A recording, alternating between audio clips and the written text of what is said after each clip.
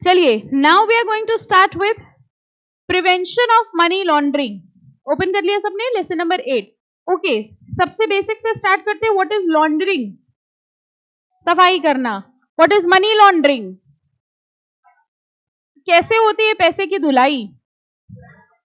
धो के डाल दो, सूख जाएंगे. नहीं, conversion from black money to white money. Okay, what is black money? ये कैसा पैसा है? अच्छा, आपने ऐसा कभी सुना है 2 नंबर का पैसा? कहाँ सुना? बहुत ही अच्छा. घर पे तो नहीं सुना किसी ने? फिर ठीक है. ओके, तो बेसिकली अच्छा समझ गए. ओके, तो बेसिकली जो 2 नंबर का पैसा होता है, अनअकाउंटेड मनी होता है, ठीक है, उसको हम लोग ब्लैक मनी कहते हैं. ब्लैक मनी कमाना तो फिर भी आसान है, लेकिन उसको खर्च करना मुश्किल है.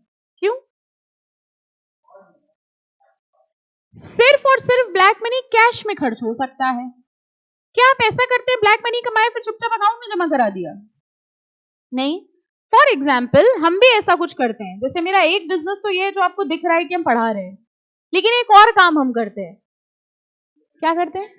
अरे पता है तुम लोग को, तो जैसे ऐसे प्यारे प्यारे मासूम बच्चे हमारे पास आते हैं, हम इनको किडनैप कर लेते हैं, ठीक है, और फिर किडनैप करके हम आपके घर से पैसा मंगवाते हैं, डिपेंडिंग अपॉन कि आपके कैसे रिश्ता है आपके घर वालों के साथ. 10 लाख, 1 करोड़, कुछ कुछ वो हो नहीं. हाँ, अरे वही तो, जब हम घर पे फोन करते हैं पैसे के लिए तो घर वाले कहते हैं रहने दो, रख लो, नहीं देंगे, है ना. ओके, तो मेरा दूसरा बिजनेस ये है कि हम किडनैपिंग करते हैं आपकी, और फिर हम आपके घर वालों से पैसा मंगाते हैं, और ऐसा करके सबके घर से 1-1 करोड़ आ गया है मेरे पास. अच्छा, अब आपको इस बात पे, हमारे घर में 1 करोड़ था, तो ऐसा मेरे पास मान लो कुछ आ गया 100 करोड़ रुपए टाइप्स, ठीक है. अब बताइए, पहली बात, ये मेरा मेहनत की कमाई है? मेहनत तो है भाई, है ना, आसान थोड़ी है. ब्लैक मनी और व्हाइट मनी? Black money. क्यों? नहीं, हम जब अपना इनकम टैक्स रिटर्न भरते हैं तो उसमें एक तो इनकम फ्रॉम सैलरी में दिखाते हैं जो पढ़ाते हैं, एक दिखाते हैं income from other sources. Kidnapping, चोरी ओरी, ये सब नहीं. अच्छा, क्या हम इसको दिखा सकते हैं? अकाउंटेबल है ये मनी? नहीं. अब हमको एक बात बताओ, मेरे पास लेट से 50 करोड़ रुपए रखा हुआ है कैश में, ठीक है. बाय द वे, आपके घर वालों ने भी जो ये 1 करोड़ दिया होगा, ये कैश में दिया होगा या मेरा अकाउंट डिटेल्स लेके फंड ट्रांसफर किया होगा? क्यों? आपको पता है, जो पैसा आपके बैंक में होता है, आपको लगता है सिर्फ आपको पता है, पूरी दुनिया को पता है. बैंक अकाउंट का मतलब ही यही है कि अकाउंटेबिलिटी है उसकी, ठीक है. सरकार को पता है कि आपके बैंक अकाउंट में जो पैसा है वो क्या है, ठीक है. इसीलिए आपने देखा होगा ज्यादातर जो बिजनेसमैन है वो डीलिंग कैश में करना पसंद करते हैं, कैश में ट्रांजैक्शंस करते हैं. देखा है आपने कभी? कहाँ देख? घर वालों में. एनीवेज, हाँ, जो बिजनेस वाले खर्चा भी करते हैं ना, आप देखिए, जैसे वो शॉपिंग पे जाते हैं, कुछ जाते हैं, तो वो कैश ज्यादा करते हैं. जबकि जो सैलरीड एम्प्लॉय होते हैं, आप देखो तो वो कार्ड से करेंगे या वो यूपीआई पेमेंट बैंक अकाउंट के थ्रू करेंगे. आप समझ रहे हैं क्यों? कहना नहीं घर वालों को कि अच्छा अब समझ में आई, आपका ब्लैक मनी है ना, कल से क्लास आना बंद. ओके, सो बेसिकली जो हमारा ये 2 नंबर का पैसा होता है, इसको खर्च करना मुश्किल है. अब अभी तो हम लोग छोटे मोटे 2 नंबर की बात कर रहे हैं, लेकिन हम आपसे कह रहे हैं huge amount of black money. जैसे अभी हमने आपको बताया मेरे पास 50 करोड़ रुपए है. अब करें क्या इसका? 50 करोड़ कैश में खर्च तो कर नहीं सकते, घर पे भी नहीं रख सकते. क्यों? चोरी छोड़ो, रेड पड़ जाएगी, ठीक है. अगर कहीं से इंफॉर्मेशन मिली, आपको पता है सबसे पहले घर पे रेड पड़ती है, ठीक है. कुछ लोग घर पे ही छुपा लेते हैं, लेकिन फिर भी उसको खर्च करना मुश्किल है. अब प्रॉब्लम ये आती है कि ब्लैक मनी कमा तो लिया, लेकिन इसको ठिकाने कैसे लगाया जाए. और फिर प्रोसेस आता है ब्लैक मनी से उसको व्हाइट मनी में कन्वर्ट करने का, जिस प्रोसेस को कहा जाता है मनी लॉन्ड्रिंग. मनी लॉन्ड्रिंग का मतलब 2 नंबर का पैसा कमाना नहीं होता, 2 नंबर के पैसे को ठिकाने लगाना होता है, जिसको कहा जाता है प्रोसेस ऑफ मनी लॉन्ड्रिंग, ठीक है. इस चैप्टर में आपको पूरा सिखाया जाएगा कि मनी लॉन्ड्रिंग क्या होती है, स्टेप वाइज. स्टेप नंबर 1 ये, स्टेप नंबर 2 ये, स्टेप नंबर 3 ये, ठीक है. तो थोड़ी सी मनी लॉन्ड्रिंग हम फिलहाल आपको करके दिखाते हैं, ठीक है. तो वही ज्यूम करते हैं, हमने आप सबसे पैसा इकट्ठा कर लिया. अब हमने क्या किया, मेरे पास कुछ अमाउंट लेट से 50 करोड़ या 10 करोड़ जो भी एक सम इकट्ठा है, ठीक है। अब हम सोच रहे हैं इस पैसे को हम इंडिया के बाहर भेजें, क्योंकि एक बार इंडिया के बाहर भेज दिया फिर गवर्नमेंट की नजर से गायब हो गया। अब इंडिया के बाहर भेजने का एक तरीका तो हो गया स्मगलिंग। स्मगलिंग में से हूं आया, हाँ रोज का हमारा स्मगलिंग, हाँ स्मगलिंग समझ गए, चीजों में पैसा भर के भेजना या इलीगल मीन से भेजना, लेकिन वो भी नहीं, चलो वो तो बड़ा टफ होता है, बड़ी चेकिंग वैकिंग होती है उसकी। अब जो कॉमन तरीका हो गया है वो समझिए क्या होता है, हमने क्या किया, हमने बहुत सारे, जैसे आप सभी हैं, हमने आप सबसे कहा तुम सबका बैंक अकाउंट है, आपने कहा है, हमने कहा ठीक है हम तुम्हारे बैंक अकाउंट में 10 लाख रुपए डालेंगे, सिर्फ 10 लाख, ठीक है। उसमें से 1 लाख तुम अपने रख लेना और 9 लाख हम जिस अकाउंट में बताएंगे वहां ट्रांसफर कर देना। सोच के देखिए, अगर आपको ये कोई ऑफर दे, बुरा ऑफर नहीं है, आपको कुछ नहीं करना, सिर्फ क्या करना है, ट्रांसफर करना, और उस चीज के आपको कितने रुपए मिल जाएंगे, 1 लाख। और हमने क्या किया, आपको समझ में आया, हमें ये पैसा इंटरनेशनल यानी इंडिया के बाहर के बैंक में, लेट्स से स्विस बैंक जो हमने आपको बताया था, जहां हमारी सरकार की नजर ना पहुंचे वहां हमें भेजना था, ठीक है। तो हमने क्या करा, हमने आप जैसे कई सारे लोगों को पकड़ा जो बेचारे कमा वमा नहीं पा रहे थे, पैसे अभी नहीं थे, हमने कहा सुनो तुम्हारे अकाउंट में हम 10 लाख रुपए डालेंगे, तुम्हें सिर्फ 9 लाख जो अकाउंट हम बताओ उसमें ट्रांसफर कर देना, ठीक है, और 1 लाख उसमें तुम्हारा हो जाएगा, ठीक है। ये करके आपको नहीं लग रहा हमने अपना ब्लैक मनी फाइनेंशियल सिस्टम में इंट्रोड्यूस करा दिया। अब मेरा पैसा बिना स्मगलिंग के इंटरनेशनल बैंक अकाउंट में पहुंच गया कि नहीं पहुंच गया, ठीक है। मेरा 50 करोड़ इकट्ठा होता तो डाउट होता, लेकिन आपके बैंक अकाउंट से 10 लाख का ट्रांजैक्शन हुआ है, कोई बहुत बड़ी बात नहीं है। तो बैंक की नजर पहुंचना या डिपार्टमेंट की नजर पहुंचना मुश्किल है। अब वो बात अलग है कि आपके बैंक अकाउंट में मिनिमम बैलेंस 5,000 था जब से खुला है, उसके बाद से इंटरेस्ट 2-4 रुपए जो आता है उसके अलावा कोई ट्रांजैक्शन नहीं हुआ, अचानक से 10 लाख आ जाए, इसमें भी आपको पता है बैंक रिपोर्ट कर देता है, ठीक है। दिस इज ऑल, ये भी हम मनी लॉन्ड्रिंग में पढ़ेंगे हम लोग, ये रिपोर्टेबल होता है। लेकिन अगर ठीक ठाक अकाउंट था तो 10 लाख आया, 9 लाख ट्रांसफर हो गया, इतनी पकड़ नहीं होती, ठीक है। तो हमने ऐसे कई सारे लोग पकड़ लिए, 1-1 लाख रुपए बांट के, और अपने कैश को हमने फाइनेंशियल सिस्टम में इंट्रोड्यूस कर दिया। कहानी सुनते जाना, अभी शुरुआत है सिर्फ। अब मेरा पैसा कहां पहुंच गया, इंटरनेशनल फंड स्विस बैंक में, हमारी सरकार की नजर खत्म, ठीक है। पैसा मेरे घर पे नहीं है, पैसा हमारे पास है नहीं, पैसा मेरा सेफ जगह पहुंच गया। अब सेफ जगह रखना तो पर्पस था नहीं, पैसा में लाना भी है, यूज तो यही करना है, पैसा कमाया क्यों जाता है, अल्टीमेटली खर्च करने के लिए, ठीक है। अब लाने का तरीका हमने क्या सोचा, हमने क्या किया, मतलब ये जो अभी हम आपको बता रहे, this is one of the examples of money laundering. Money laundering कई तरीके से हो सकती है। हमने क्या किया, यहां पर खोल दी अपनी shell companies.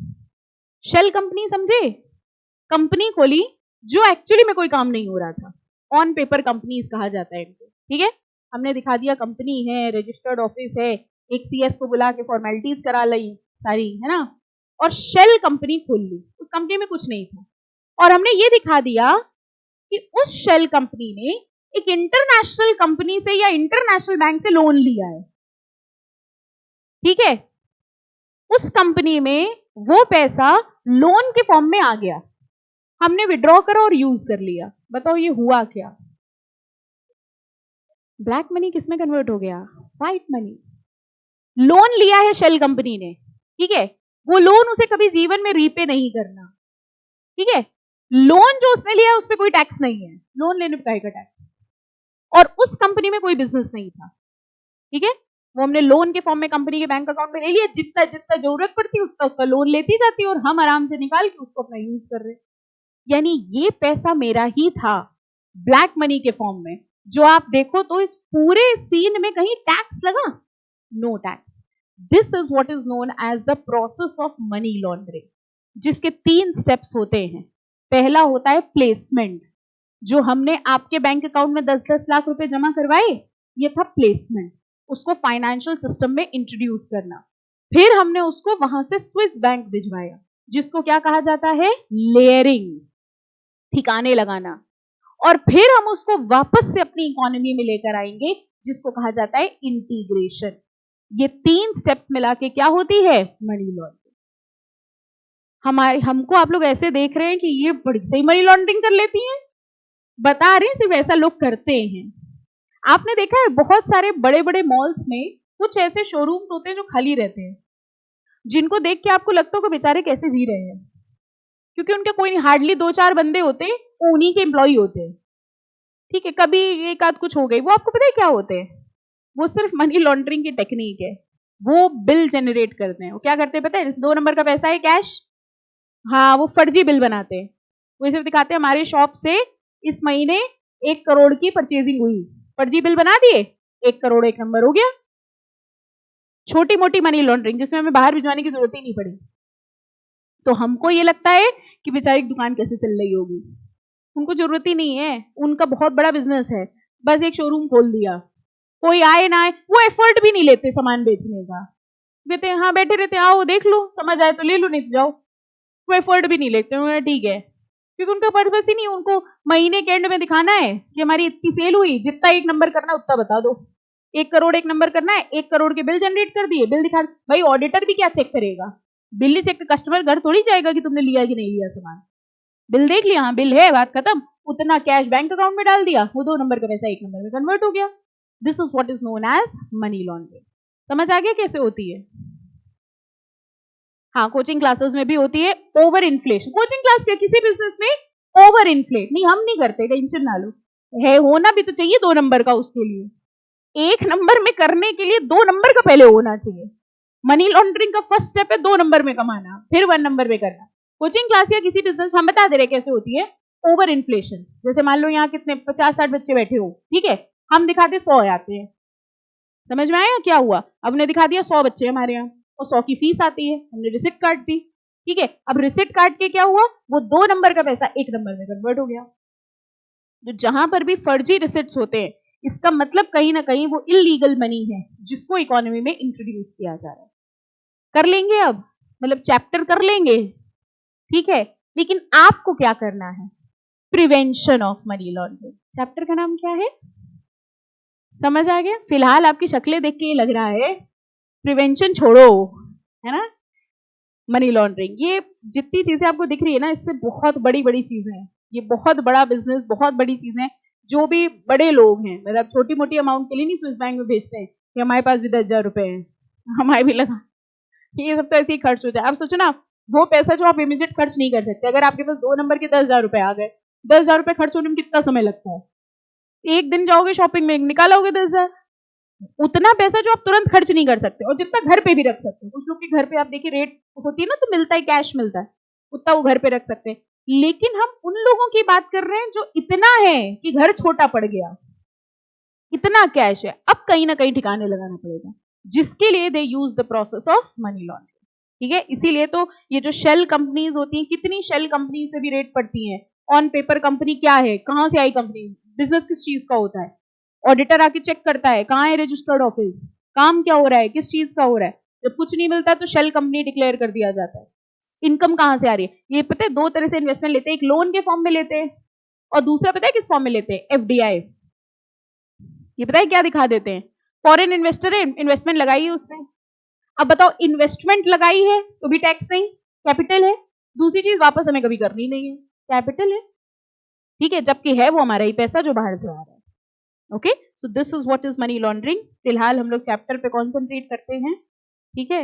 Okay, money laundering is the processing of criminal proceeds. पहली लाइन बताओ, क्रिमिनल प्रोसीड्स, गलत काम करके पैसा लाए उसकी हम प्रोसेसिंग कर रहे हैं, to disguise its illegal origin. जब वो पैसा मेरी शेल कंपनी में लोन के फॉर्म में आया, तब किसी को पता ही नहीं था कि वो किडनैपिंग का पैसा था। सोचो पैसा आया कहां से था मेरे पास? किडनैपिंग से। आपको पता है आजकल लोग बड़ा कॉमन इसको यूज कर रहे हैं, आपने वो सुना है pool funding, what is the exact name, I am not remembering, अभी आप लोग बता दोगे।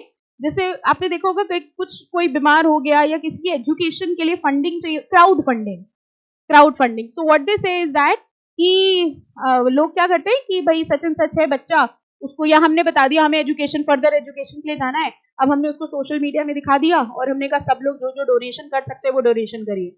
ये देखा है आपने? This is a method of crowd funding. कोई बीमार हो या हायर एजुकेशन के लिए ये बड़ा यूज किया जाता है, क्योंकि इससे अकाउंट मिल जाता है। अब जैसे क्या हुआ, हमने आपको बोला कि हमें हायर एजुकेशन के लिए जाना है, ठीक है, और आप लोग फंड्स दीजिए, तो आप में से कोई एक था जो लॉन्ड्रिंग में था, मनी लॉन्ड्रिंग कर रहा था, उसने हमसे क्या कहा, उसने हमसे कहा अच्छा अपना अकाउंट नंबर दो, हम तुम्हारी हेल्प करेंगे, और उसने 10 लाख रुपए ट्रांसफर कर दिए। हम खुश, हमारे लिए तो वो देवता हो गया। हमने कहा 10 लाख रुपए, आपको पता है रियल केसेस होते हैं।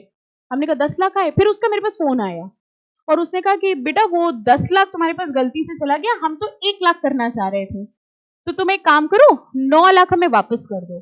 तो हम भी मासूम, हमने कहा ठीक है कोई बात नहीं अंकल, गलती से हो गया, हम बच्चे ही हैं, ठीक है कोई बात नहीं अंकल, गलती से हो गया, आप हमें अकाउंट नंबर दे दो, हम उसमें ट्रांसफर कर देंगे, ठीक है। अब उसने जो अकाउंट नंबर दिया वो दूसरा दिया, लेकिन वो मासूम बच्चा जो बेचारा इकट्ठा कर, तो उतना दिमाग थोड़ी लगाएगा कि कौन से अकाउंट नंबर में, उसने ट्रांसफर कर दिया, ठीक है, दूसरे अकाउंट में। अगले दिन इन्फोर्समेंट डायरेक्टरेट इनकी एजेंसी होती, पुलिस आ गई थी घर पे, अगले दिन पुलिस आ जाती है, क्योंकि ये माना जाता है you are involve in money laundering. जैसे अभी हमने आपसे कहा आप अपने अकाउंट में 10 लाख लो ट्रांसफर कर दो, कभी करना नहीं है ऐसे, चाहे हम भी कहें, नहीं कभी करना नहीं, बिकॉज मनी लॉन्ड्रिंग की पहली सीढ़ी आप ही होते हो, पकड़ में सबसे पहले बताओ कौन आएगा, जिसके अकाउंट में गया है। तो कभी ऐसा मत करिएगा। बहुत लोग ऐसा कहते हैं अपने अकाउंट में ले लो वहां से दे देना, नेवर, लो नहीं और दो नहीं, और ले लो तो दो नहीं। जैसे 10 लाख आ गया, क्या तो कौन तुम हो, हम तुम नहीं जानते, हम नहीं करेंगे ट्रांसफर, जाओ। समझ में आया? तो if you by chance get anything तो लो नहीं, और अगर ले लिया तो ट्रांसफर मत करो, because that is a pure case of money laundering. और आपको पता है ये जो इनकी एजेंसीज होती है ना मनी लॉन्ड्रिंग की इन्फोर्समेंट, ईडी हमारे देश की सबसे खतरनाक एजेंसी ईडी कहा जाता है, इन्फोर्समेंट ब्यूरो, सबसे खतरनाक। एक बार अगर आप ईडी के चक्कर में आ गए फिर आप बच नहीं सकते, कहीं ना कहीं से कुछ ना कुछ निकाल देंगे, फिर आप कहते रह जाओ अरे हमारा जून में पेपर है, नहीं सुनेंगे, मनी लॉन्ड्रिंग मान लिया जाएगा। So that is why you should never get involve. बता आपको इसीलिए दिया, यही एग्जाम्पल इसलिए लिया कि बच्चों के पास सबसे ज्यादा ऑफर्स आते हैं, बच्चों को मजा जाती है, बढ़िया है, करना ही क्या है, फंड ट्रांसफर तो हमें करना आता है, 1 लाख रुपए मिल रहा है, और घर जाके पापा को बताया बहुत अच्छा काम किया है हमने, 1 मिनट में 1 लाख कमा लिए, फिर अगले दिन भी कोई वारंट लेके आएगा सीधे। So never involve in this. देखो कहां से आता है ये illegal money, terrorism, illegal arm sale, illegal arm sale समझ गए, हथियार जो खरीदे बेचे जाते हैं, financial crime, smuggling and activities of organised crime including drug trafficking, prostitution ring generate huge sum, embezzlement, insider trading, bribery, computer fraud also produce large profit। यहां से भी तो आ सकता है इलीगल पैसा, insider trading, ठीक है, ब्राइबरी, कंप्यूटर फ्रॉड, ब्राइबरी समझ गए, घूस ले ली आपने बहुत बड़ी, 10 करोड़ 20 करोड़ की घूस ले ली आपने, कहां छिपाओगे वो पैसा, क्या करोगे फिर उसका, मनी लॉन्ड्रिंग करोगे। आप कह रहे पहले हमने सीएमएसएल में इंसाइडर ट्रेडिंग सीखी, फिर हमने ईसीआईपीएल में मनी लॉन्ड्रिंग सीखी, और now I am just applying what I have learned in CS, है ना। When a criminal activity generates substantial profits, the individual or group involved in such activity, अब देखना क्या करते हैं ये, route the funds to safe haven। बताओ क्या मतलब हुआ, route the funds to safe haven। safe कहाँ है, स्विस बैंक या एनी अदर कंट्री, वहां सेफ है, वहां हमारी सरकार पहुंच नहीं सकती।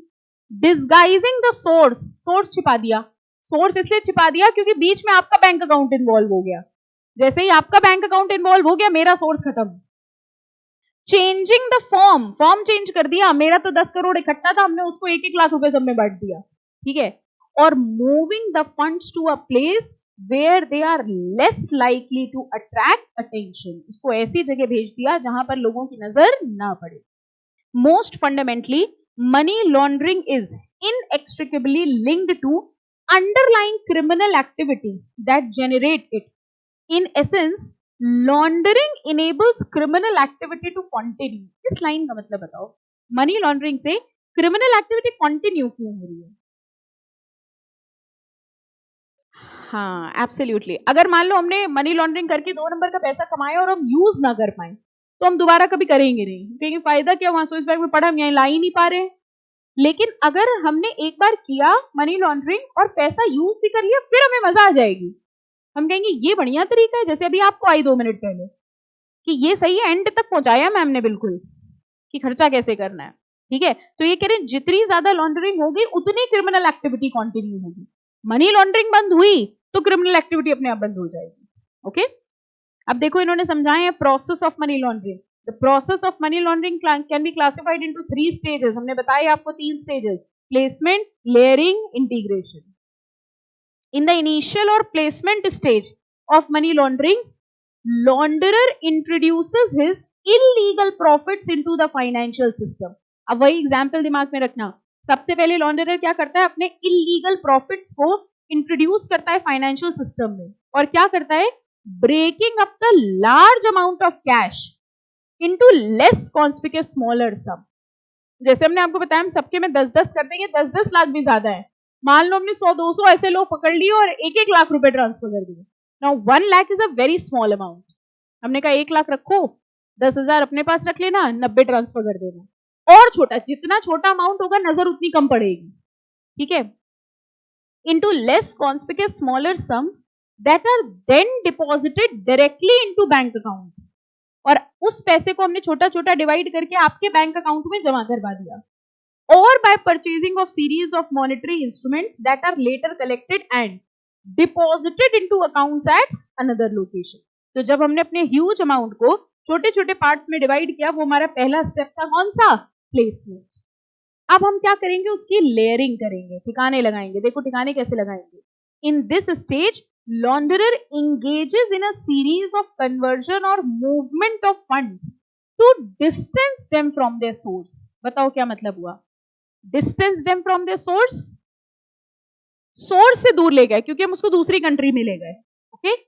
The fund might be channel through purchase and sale of investment और सिंपली वायर द फंड. बताओ इस लाइन का मतलब, wire the funds through a series of account at various bank across the globe. और अकलमंदी समझे हमने क्या किया, हमने सिर्फ स्विस बैंक में भी जमा नहीं किया, हमने अलग अलग देशों के अलग अलग बैंक में और स्प्रेड कर दिया पैसा. जितना डाइवर्सिफाइड होगा पकड़ने के चांसेस उतने कम हो जाएंगे. अब क्या हुआ, लेयरिंग भी हो गई. तीसरा स्टेप क्या हुआ, after successful processing of criminal profits through the first 2 phases, the launderer moves them to integration. In this stage the funds re-enter the legitimate economy. Re-enter मतलब अब वापस जो हमारी इकोनॉमी जहां से पैसा इकट्ठा किया था वहां पैसा वापस आएगा. The launderer might choose to invest the funds into real estate. अब ये लोग यहाँ लाके पैसा बताओ कहाँ लगाते हैं, रियल एस्टेट. आपने देखा है ज्यादातर बिजनेसमैन का एक बिजनेस रियल एस्टेट का जरूर होता है. वो बिल्डिंग जरूर लेते हैं. ठीक है. लग्जरी एसेट्स, ज्वेलरी बहुत खरीदते हैं, पहननी ना हो भले ही, खरीद के जरूर रखते हैं. ठीक है. या फिर बिजनेस वेंचर्स, बिजनेसेस में पैसा लगा देते हैं. This is what is the entire cycle of money laundering. कौन से हो गए 3 step, placement, layering and integration. वैसे ये प्रोसेस समझ के आप इतने थक क्यों गए, ऐसा लगा आपने एकदम अभी अभी करी है मनी लॉन्ड्रिंग, अपना करोड़ों का 100 करोड़ रुपए ठिकाने लगा के आए हैं. जैसे ही प्रोसेस खत्म हुआ ऐसे थक गए सब, 100 करोड़ ठिकाने लगाए आए बाहर से, है ना. ओके. तो देखो वही 3 स्टेप्स हैं, प्लेसमेंट, लेयरिंग, इंटीग्रेशन. ये देखो चित्र के थ्रू इन्होंने बताया है. शायद एग्जीक्यूटिव की बुक में है ना, डायग्राम पहला ही है आई गेस, है ना. चलो एंजॉय करो डायग्राम. फिर कलेक्शन ऑफ डर्टी मनी. ये डर्टी मनी कैसा मनी हुआ, एक्चुअली डर्टी है लेकिन है अच्छा यही है. फिर उसकी प्लेसमेंट करी. प्लेसमेंट कैसे करी, dirty money integrates into the financial system. फिर उसकी लेयरिंग करी, उसको अक्रॉस द ग्लोब अलग अलग जगह इन्वेस्ट किया और वापस से इंटीग्रेशन करके उसको अपनी कंट्री में ले आए. Any doubt. तो कुल मिला के हमको ये बताओ, ये मनी लॉन्ड्रिंग हमारे देश के डेवलपमेंट के लिए अच्छा है कि बुरा है. आपके लिए नहीं पूछा, देश के डेवलपमेंट के लिए अच्छा है. टैक्स नहीं पे हो रहा. आप पर्सनल तो पूछा ही नहीं, हम पर्सनल तो बहुत अच्छा है, हमको पता है, समझ में आ गया आपको. इकोनॉमिक डेवलपमेंट के लिए अच्छा है कि बुरा है, क्योंकि उस पैसे पे टैक्स होना चाहिए था. टैक्स होता तो कंट्री का डेवलपमेंट होता, लेकिन वो पैसा अनअकाउंटेबल रह गया, उस पे टैक्सेस लेवी हो ही नहीं पाए. So impact of money laundering on development, economies with growing और developing financial sector but inadequate control. ज्यादा मनी लॉन्ड्रिंग बताओ कहाँ होती होगी, जहां रूल्स एंड रेगुलेशन ज्यादा होते हैं या कम होते हैं. ऑब्वियसली जहां कम होते हैं वहां ज्यादा दिक्कत है. लेकिन फिर एक क्वेश्चन का आंसर दीजिए, हमारे देश में तो इतने रूल्स एंड रेगुलेशन है, आई थिंक सबसे ज्यादा लॉ तो हमारे देश में है, फिर यहाँ क्यों मनी लॉन्ड्रिंग हो जाती है. ओके, लूप होल्स पता नहीं चलते। और ओके, अमेंडमेंट्स तब आते हैं जब केसेस हो चुके होते हैं। ओके, और मनी लॉन्ड्रिंग के लिए, हाँ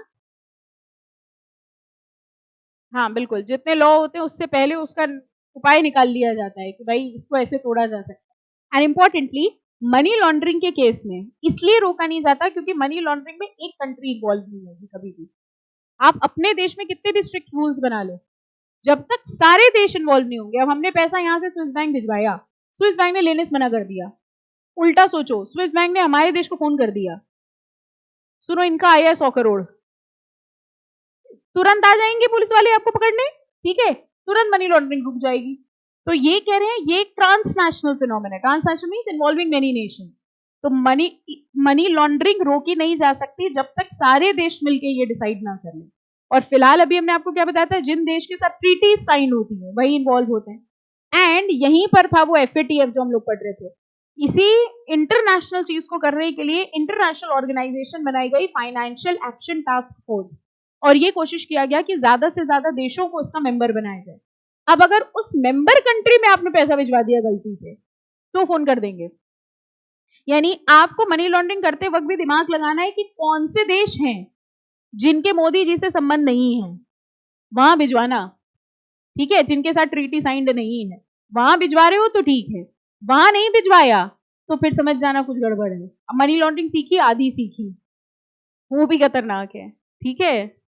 चलो, तो कह रहे हैं इकोनॉमीज विद ग्रोइंग और developing financial centre but inadequate control, जहां कंट्रोल ज्यादा नहीं है, रूल्स रेगुलेशंस कम है, are particularly vulnerable to money laundering as against established financial center country which implement comprehensive anti money laundering regime। comprehensive anti money laundering regimes है तो money laundering होने के चांसेस कम होते हैं। द गैप इन, ये बताओ क्या हुआ, the gap in national anti money laundering protecting system are exploited by the launderer। बताइए मनी लॉन्डरर्स ने क्या चीज पकड़ी, gap in national anti money laundering, मतलब किसी देश में मनी लॉन्ड्रिंग के मेजर्स ज्यादा हैं, किसी देश में कम है, तभी तो उनको समझ में आए कि जिस देश में कम है वहां पैसा भेज दो, पहले पैसा भिजवाओ और फिर खुद भी चले जाओ। यही तो कर रहे हैं, या तो वापस लेकर आ जाओ यहाँ, और अगर आपको यहाँ वापस आने का मन नहीं है तो पैसा वहीं रखो और फिर खुद भी चले जाओ। खुद चले गए तो क्या हो गए, अब फ्यूजिटिव इकोनॉमिक ऑफेंडर हो गए। सारे रास्ते समझ आ रहे हैं, देखिए हम आपको, ठीक है। तो या तो पूरा पैसा बाहर ही जमा है तो वहीं सेटल भी हो जाओ आप, और नहीं सेटल होने का मन है, भारत देश महान अगर आपको लग रहा है तो वापस आ जाओ, वो 2 नंबर का पैसा भी लेते आओ, ठीक है। The gaps in national anti-money laundering protecting system are exploited by the launderer who tend to move their network to countries and financial system with weak or ineffective countermeasure। बताओ ये लोग कहाँ ढूंढते हैं, कैसी कंट्रीज ढूंढते हैं जहां के फाइनेंशियल सिस्टम्स वीक हो, inadequate कंट्रोल होते हैं। As with the damaged integrity of an individual financial institution, there is a damping effect on foreign direct investment। अब बताओ एक ऐसा देश जो जिनके पास करोड़ों है, दूसरे देश में भेज रहे हैं, 2 नंबर से लेके आ रहे हैं, आपको लगता है फॉरेन कंट्री को ऐसे देश में कॉन्फिडेंस होगा? बताओ ऐसी कंट्रीज में FDI ज्यादा होती होगी या कम?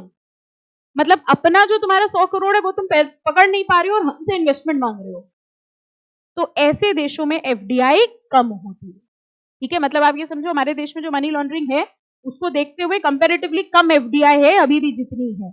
अगर ऐसी कंट्री हो जहां कहीं लॉन्ड्रिंग नहीं हो रही, कुछ नहीं हो रही, वहां FDI ज्यादा हो, ओके। नेक्स्ट आइए, what is the connection of money laundering with society at large, पढ़ो। मनी लॉन्ड्रिंग का क्या कनेक्शन है सोसाइटी के साथ?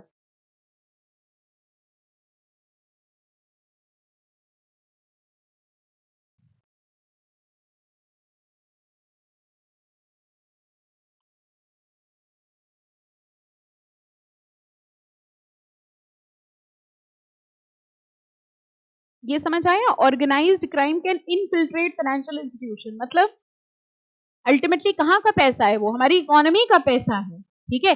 आपके लिए वो 2 नंबर का था, किसी ना किसी का तो 1 नंबर का था। मतलब जैसे हमने आपसे किडनैपिंग का पैसा मांगा तो मेरे लिए वो 2 नंबर का हुआ, जिसने दिया उसका भी 2 नंबर का था, उसका तो हो सकता है 1 नंबर का हो, तो कह रहे पैसा तो वो एक ही नंबर का था, लेकिन वो कन्वर्ट हो गया 2 नंबर में, तो इससे हमारे फाइनेंशियल इंस्टीट्यूशंस जो है वो खाली हो जाते हैं, फिल्ट्रेट हो जाते हैं. The economic and political influence of criminal organisation can weaken the social fabric, collective ethical standard and ultimately democratic institution of the society. In countries transitioning to democratic system, this criminal influence can undermine the transition. Most fundamentally, ये 2 लाइनें mark कर लो. Money laundering is inextricably linked to underlying criminal activity that generated it. Laundering enables criminal activity to continue. यही line हम लोगों ने starting में पढ़ी थी. अब देखो एक केस इन्होंने दिया हुआ है, विजय मदनलाल चौधरी. इसमें केस में कुछ नहीं है, बस यही 3 स्टेप समझाए हैं. एग्जाम के लिए इस केस का नाम याद कर लो. मनी लॉन्ड्रिंग चैप्टर से रिलेटेड कुछ भी हो, इस केस का नाम यूज कर लेना.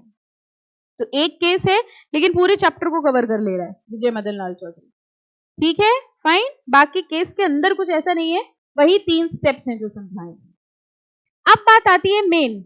अभी तक तो क्या सीखा हम लोग ने, मनी लॉन्ड्रिंग क्या होती है, लेकिन अब क्या सीखेंगे, prevention.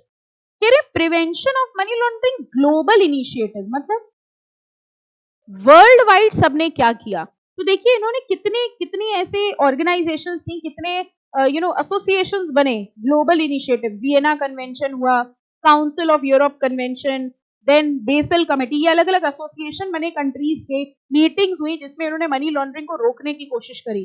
Global programme against money laundering, ये देखो सबसे इंपॉर्टेंट मिला, financial action task force FATF हुआ.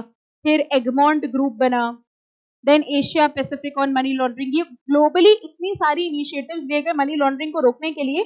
हमको बताओ इंडिया ने क्या किया, ये बताओ. लॉ बनाया, prevention of money laundering act. देखो लिखा है प्रिवेंशन ऑफ मनी लॉन्ड्रिंग में इंडिया का इनिशिएटिव क्या रहा.